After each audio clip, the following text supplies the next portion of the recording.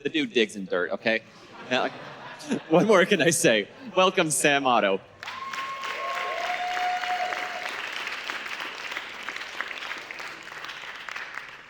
Yeah, thank you very much. Okay, as Jesse said, yes, I am kind of a bit of an old guy. I was actually I'm 27, and so I was at the first Apex when I was 18 years old, and at the time it was called College Plus, and it was held in Dallas, Texas, and it was in December because it will never snow in Dallas, Texas in December. Well, it did actually, and all our flights were canceled actually flying out of Dallas, Fort Worth, Texas. So we ended up actually having to get a hotel for the night. And then the next day we actually went and saw Frozen in the theaters together. So I got to hear Let It Go originally there, and I got to hear Let It Go at karaoke the other night. So bring back a little bit of memories there. Okay. Yes. So what I want to talk about today is overcoming initial nervousness when starting out on new opportunities and new ventures. We all know what I'm talking about. We all have different nervousness in different areas, but you know this nervousness that I'm talking about. It's the feeling of unease you get when just starting out on a new project or something at work. It's the jitters you feel when you start dating somebody new and you get to know them for the first time. And it's the anxiety when you start taking dancing lessons and you think that you have two left feet. And having nervousness and anxiety is part of being human. It's intrinsic in our nature. But what is the real problem that comes is when it holds you back from pursuing opportunities and different things you have in your life. And so in 3 areas in particular, I want to share some insights as to how you can potentially get over this.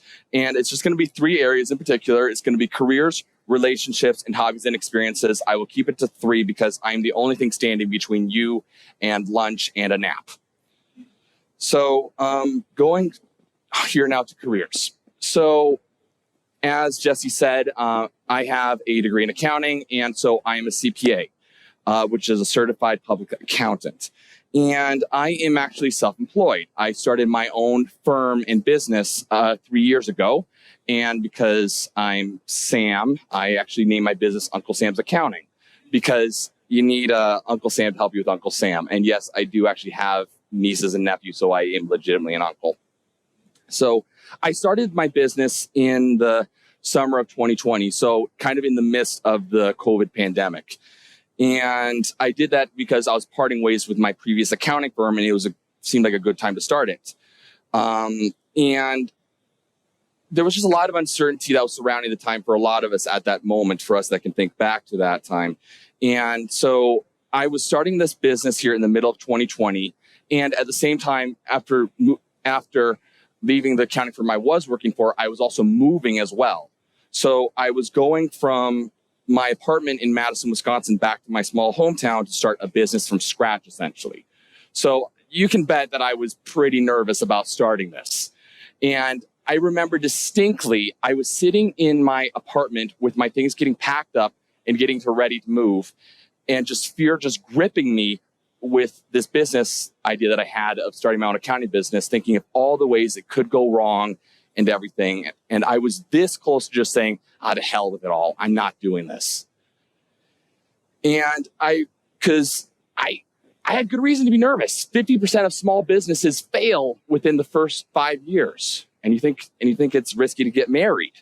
So it's basically a coin flip whether or not a business will succeed. But then I remember specifically asking myself, if I did not go through this, if I did not start the business, what would I do instead? Well, I'd go out and get a tax accountant position. And if I did this business, say for a year or 2, and it didn't work out, what would I do instead? Well, I'd go out and get a tax accountant position. And that made me realize that that if this didn't work out, I was free after a year or 2, I was free to walk away from it. And that brings me to my first point of overcoming initial nervousness, and that's the concept of temporality. Commitments are often only for a time. If my business did not work out after a year or 2, I was free to walk away. I was not married to my business. I could walk away if the need arose. And with many decisions in your career, whether that be college, military, job roles, anything of those natures, it's often only for a time. If you don't like it, you are able to walk away. Even the military, it might be a 5-year commitment. My brother's halfway through a 5-year Navy commitment. If he doesn't want to continue, he's free to walk away after that moment. Oftentimes when you make decisions for your careers or other areas in life, if you don't like it after committing a time, you are free to walk away from it. And that realization helped me decide to actually move on with my business, that I could try it for a year or two, and if it didn't work out, I was free to walk away. That even actually helped me with my decision to pursue accounting in the first place, because as Jesse introduced, I have degrees in a couple areas, and that either makes me well-rounded or indecisive, you can decide. And I was honestly, when I was deciding to pursue accounting, I was trying to decide whether or not I should be a high school history teacher or an accountant. And what honestly made accounting more palatable to me was the realization that if I didn't like it after a time, I was free to walk away from it. So that's my first principle of temporality, that if you have that if you are starting out on something, you only are committed to it for a time. You do have to serve your time that you committed to. But after you have your time, you are free to walk away if you want to. And there have been many bumps along the way, and there obviously has been anxiety that comes with running a small business, whether that be coming with taking on new clients or deciding to get an office space. But my business is actually doing very well 3 years away. I'm like truly astonished at where it's at, and I'm so glad that sitting in that apartment 3 years ago, I didn't decide to stop, but I decided to actually go forward with it and actually continue on and to become self-employed. I was very glad with that decision. All right, so that's the first area that I want to talk about of careers. Now, the next one I want to talk about, it's going forward. Thank you, is the area of relationships. So often initial nervousness can prevent us from forming friendships or romantic relationships that can fundamentally transform and influence our life. The initial nervousness often arises because we are afraid of rejection or of the unknown. We are afraid of being turned down or being misunderstood. We see this so many ways in relationships that we have in our lives. It's the fear of rejection that can prevent a guy from asking a girl out on a date. It's the anxiety of whether you'll be accepted that prevents people from wanting to join small groups. It's the worry of the unknown that can make the first few dates in a relationship just be taken way too seriously. In these instances, I like to think about the second principle that I have, which is to advance slide. Thank you. We may just have to do the rest of the speech, we'll see. And that is the worst case scenario. Ask, what really is the worst case scenario? Because generally the worst case scenario in friendships, family, or romance is you get a no, or you have one unpleasant evening or something like that. Neither of those experiences are that bad. If you get rejected after reaching out to someone, you are in no worse of a position than when you started out. Emil had actually touched on that earlier a bit with his previous session, that when you reach out to people, the worst thing that you can get is a no, and you're in no worse of a position after that. So the downside is not that bad. But if someone says yes to a meetup of some kind and it turns into a lifelong friendship, that could be a potential relationship that could change your life. Because the downsides aren't that bad, and they're only temporary in nature, generally speaking. These are generalizations here. But the potential upsides can be great, though, in relationships. You could make connections that could unlock career opportunities. I'm telling you, building a small business, it's relationships that change things, that actually allowed me to build my business.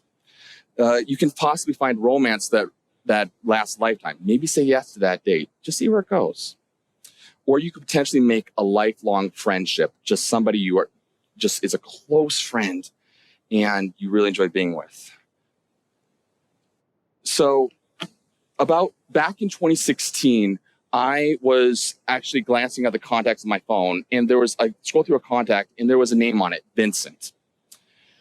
And I saw the name Vincent, and I remembered back to a guy who I knew from a Bible college I'd went to, and I didn't know him that well, but I'm like, you know what? I'm going to call him up. I'm going to call him up to see how he's doing. I almost didn't because we didn't know that each other that well. I thought he would just be kind of weird, like, why are you calling me, right? Why is this random guy who I barely know calling me? But I did, and he was actually delighted to talk to me.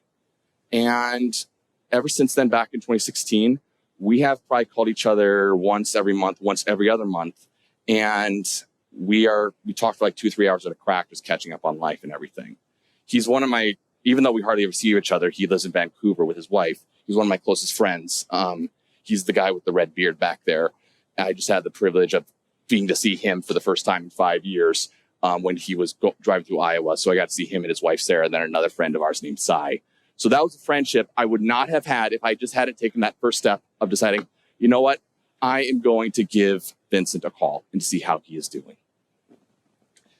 So that's my principle there, is just ask, what's the worst case scenario? What is honestly the worst thing that could happen? Because often it's not that bad and the potential upside is great. Now, moving on then to hobbies and experiences. So don't we have intrinsic fears of partaking in certain experiences because we are nervous about the dangers or failures that come with those experiences or participating in a hobby? I mean, this can happen in so many different areas of types of hobbies, whether that be traveling, dancing, scuba diving, martial arts, camping, public speaking, mountain biking, boating, music, rock climbing, skiing, flying, etc., etc., etc. Name any one of many experiences, and there probably is some sort of thing you're like, I'm never, ever doing that. So, and we often come up with any number of justifications in our minds why we don't want to do those things. Often, though, and there might be tangible reasons. For example, you shouldn't be mountain climbing Mount Everest with 0 mountain climbing training. But oftentimes, the reasons why we don't do things like that or take in hobbies and experience is because we are afraid of the unknown. We are afraid of what we don't know. And I experienced this recently with an archaeological dig I went to when I was going on in Belize. So, as has been mentioned before, archaeology is a passion of mine, as I love unveiling the past. So prior to the summer, I did 3 archaeological digs, 2 in Israel and 1 in Jordan. Those, though, were in the desert where not a lot of things live. There's not a lot of life in the desert. I still don't know why people build cities there, but they do. And I go to dig them up. But anyway, I had the opportunity to go to Belize this past summer and work on excavating mine ruins. And this is in the jungle. And this was in the jungle, not on the touristy coast. This was inland. And I was getting pictures in a group chat like this. I was getting pictures of tarantulas, snakes, scorpions, and even some pictures of bats. And people were talking about lizards falling on them while they were sleeping. So this was actually making me legitimately scared, because I am not an animal guy, and I'm kind of a little worried about creepy crawlies, okay? So I was actually kind of getting legitimately nervous about going on this archaeological dig in the middle of the jungle. However, I got over it by remembering some basic truths. First off, this dig had been going on for over 30 years, and they hadn't had a single fatality in that entire time. Also, these digs, people are living here year-round and know how to deal with these things. And third off, most of these things don't want to have anything to do with you. Most of these things, they don't want to be around humans. They don't want to be with you. And if you apply a little common sense, they're not going to be as bad. So I actually did end up going to Belize this past summer. And I did have a blast. And the way I got over it was deciding that I'm going to arm myself with knowledge. And that's my third principle. Learn the actual reality of a situation. Look at the actual data that you can look and see how rare bad things happen. Look at people who have mastered the skills or stuff before you and see how you can possibly do it. Our nervousness that usually arises when taking on a new hobby or experience is often come from ignorance and wild fantasies. This is inevitable when we experience unknown situations. So we should become okay with stepping into going into the unknown and being willing to gain knowledge and try to understand it. Because oftentimes with stuff like this, it's usually some wild fantasy that we've concocted in our head instead of an actual reality. So arm yourself with the actual knowledge of a situation, like I was able to do in Belize, and I just had a great time. I just had a great time in Belize. So we've looked at 3 areas: careers, hobbies, and relationships that initial nervousness can hold you back. And we looked at 3 principles that can help you overcome that. The first one is temporality. Realize that commitments will often usually only last for a time. After a period of time, you will be able to step away if the need arises. With my accounting business, when I was starting out on that, if it didn't work out, I was free to walk away from it after doing it for a year or 2. If it didn't truly work out, I was free to walk away from that. The next one, again, is worst case scenario. Ask, what is the realistic worst case thing that will happen here? Oftentimes when you do that, you will realize downsides really aren't that bad, but the upsides can be great. In the context of relationships, whether it be friendships, family, or romance, the worst thing you can get is a no. The best thing you can get, though, are connections that last a lifetime. And thirdly, knowledge. Arm yourself with knowledge. Often our nervousness and jitters comes because we are experiencing something unknown. Nervousness usually comes from ignorance and not knowledge. Research and ask questions to truly understand a situation instead of relying on some wild fantasy that you've concocted in your mind. I almost didn't want to go to the archaeological dig in Belize because I was afraid of the creepy crawlies, the animals, and the heat there that I didn't understand. But I decided to look at the reality of the situation. I went and I had an absolute blast there. We need to acknowledge that our initial nervousness can hold us back and can create inaction. And I don't want you guys to be stuck in inaction. I want you to move from inaction to action. Our initial jitters can hold us back from pursuing real opportunities. But by utilizing principles such as temporality, worst case scenario, and arm yourself with knowledge, you can overcome or pursue opportunities.